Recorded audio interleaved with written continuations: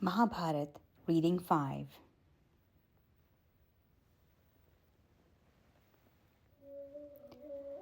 The Pandavas, accompanied by their mother, went on and on through the forest, facing all types of hardships.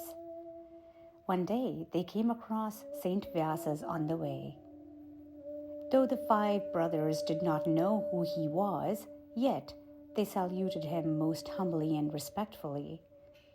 The saint uttered blessings on each of them. Gazing fixedly at the saint's face, Kunti recognized him. She had seen him when he had came to the palace to take Queen Satyavati to his hermitage. Feeling sure that he was none other than Saint Vyas, Kunti burst into tears. Saint consoled her by saying, "Keep patience, daughter. Every dark cloud has a silver lining. Stick to the path of righteousness, keeping patience in adversity. Prosperity is bound to follow. Do good and forget." On the advice of Saint Vyas, Kunti and her sons went to a nearby town named Ekachakra and started living in disguise there in a house of a Brahmana. They used to go begging alms in the town by the day and came back at dusk with the alms. In due course, they became popular among the people of the town because of their virtuous deeds. During their stay with the Brahmin family at Ekchakra, the 5 Pandava brothers started living as Brahmins. Every morning they would go begging alms. Whatever they brought, they would place before their mother. Kunti would divide it into equal parts. One half was given to Bhima alone, while the other half was shared by the mother with her other 4 sons. One day, a very strange situation arose. 4 Pandavas went on their daily begging round, leaving Bhima to take care of Kunti, who was unwell. All of a sudden, Kunti heard wails coming from the house of the Brahmana. Kunti said to Bhima, "My son, something very serious seemed to have befallen the Brahmin family. They gave us shelter when we were homeless. It is our duty to stand by them in this time of adversity." "You are right, mother," replied Bhima. So Kunti went inside and saw that the entire Brahmin family was in tears. The Brahmin's wife, his son, his daughter, were all sitting in a very frightened state. Each of them were sobbing with their head hung down in awe mixed with sorrow. As soon as Kunti stepped in, everyone started looking at her. Kunti took courage and said to Brahmana, "Brother, what is the matter? Why do you all look so sorrowful? Let me know. We are obliged to you in many ways. By all means, it is our duty to share your adversity. Let me know without any hesitation how we can help you." The Brahmin was very delighted to hear the consoling words of the Pandava's mother. "Thank you for your true sympathy. But the calamity that we are going to face cannot be shared by anyone else. Every family in this town has to face it when it's their turn," remarked the Brahmin. "Even then, I would like to know about it. Consider us to be the members of your family and disclose the reality," insisted Kunti. The Brahmin said, "Sister, a man-eating demon named Bakasur lives on the hill near this town. In order that he should not play havoc in any way in the town, he should protect the town from ferocious wild beasts, and the elders of this town have undertaken to send a human being along with 2 buffaloes daily as his food. Every family has to send one of its family members when it's their turn. Today it seems to be the turn of our family." "Exactly. It is my turn to arrange for the demon's food today. Each member of my family was insisting on going, but finally we have decided that all of us should be devoured by the demon." Kunti was dumbfounded to hear about the demon for a moment, but then she remarked, "None of you will go to the demon. I have 5 sons and one of them will go. I can sacrifice one of my sons to save 4 lives. No, no, not at all. You are our guests, and guests, they say, are none less than gods. How can I push any of your sons into the jaws of death to save my family?" argued the Brahmin. The wife of the Brahmana said to Kunti, "You are our guests. Scriptures don't permit us to send any of your son to his doom to save our lives." "Don't worry at all, my dear sister. My son Bhima is strong enough to deal with demon. He will save not only your family from him, but the entire town also forever," assured Kunti. The Brahmin and the members of the family felt convinced, and so they agreed to what Kunti had said. Then Kunti came happy and satisfied. She was sure that her son Bhima would put an end to Bakasur. When Yudhishthir and his 3 brothers returned home with their arms and placed them before Kunti, she told them the entire story. Yudhishthir felt worried for his brother Bhima and said to his mother, "Why have you promised to send Bhima to face such grave danger, mother?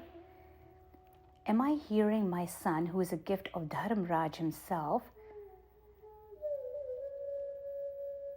Don't we owe anything to the Brahmin family? Would you like to have the Brahmin family eliminated by cruel demon? Isn't it our duty to protect the Brahmana Kshatriyas as we are?" retorted Kunti. She added further, "I know Bhima and his indomitable might.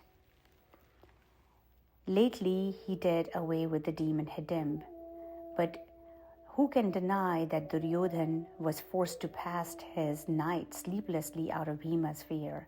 Have you forgotten that he, in his infancy, slipped out of my hands, and when we were all sitting on a hillock, hadn't the big rock on which he fell broken to pieces, causing no harm to him?" Yudhishthir realized his mistake and begged his mother's pardon, saying, "Yes, mother, it is right time for us to repay the debt of this family. But ask the Brahmana not to disclose our identity to anyone in the town. If our identity is disclosed, we may be in danger." Next morning, Bhima set towards the town, towards the demon's dwelling, with a cart loaded with foodstuffs. Reaching in front of the hill where the demon lived, Bhima unloosened the bullocks and started helping himself with the food which was meant for the demon. When he had his fill, he could not help grunting aloud and challenging the demon. Bakasur was an awfully ferocious demon with a wide mouth, big teeth, and fiery eyes. He was waiting for his daily food as usual. When he heard a human voice, he came out of his dwelling and was not pleased to see his victim eating food and roaring aloud and challenging him to get out. So his fury knew no bounds, and giving out a loud roar, he thundered, "You scoundrel! How dare you touch my food and challenge me like that? It seems that you are fed up with your own life." Saying so, Bakasur advanced towards Bhima. Bhima pretended as if he had heard nothing and went on with his roars. The demon, unable to hold his anger, attacked Bhima. He was surprised to find that mighty Pandava not even shaken at all. In order to tease the demon even more, Bhima advanced towards the food once again, much to the charging of his opponent, who could not do anything but grin his teeth in helplessness. Now it was Bhima's turn. Remembering his mother, who had blessed him to be victorious over the cruel demon, Bhima sprang at his opponent in full force. So great was his charge that the demon could not stand it and fell down on the ground with a heavy thud. But Bhima was not going to give him any chance to arise and face him again. He stamped his right foot on the demon's chest so heavily that Bakasur gave a loud yell and became silent forever. Bhima put a cloth around the neck of the demon and dragged his body to the gate of the town, leaving it there to be viewed by the people of the town.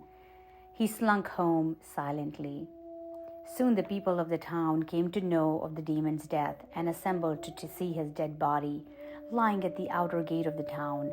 Not only this, the news spread like wildfire in the entire neighboring area and people began to dance in joy. The entire area had been rid of a fearful demon, and all people could expect to live in peace now. But everybody was astonished to think how, after all, it had come about. Who had killed the demon and dragged his body to the gate was indeed a puzzle for them. Though the Brahmana knew everything, yet he was not ready to open his lips in this regard. The people of the town, highly astonished as they were at the mysterious death of the demon, smelled a rat in the matter. They insisted that the Brahmana must be knowing about the secret of the demon's death. The Brahmana tried his level best to put the people off with excuses so he may not have disclosed the reality, but all to no purpose. The people forced him to come up with the actuality. Finding no alternative, the Brahmana said, "Listen, all of you. I tell you the reality. When I and other members of my family were weeping over our misfortune, an elderly Brahmana came and knocked at my door. When brought in, he insisted on knowing the cause of our sorrow. Naturally, I explained everything to him. Hearing about the demon, the Brahmana said, 'Don't worry at all. I will go with the food for the demon and deal with him through my miracles.' I agreed, and he carried the cart loaded with food to the demon's dwelling. So I'm sure it is that very Brahmana who has done away with the demon as an act of common good." The people felt satisfied and expressed their gratitude to the Brahmana who had relieved them of an everlasting calamity.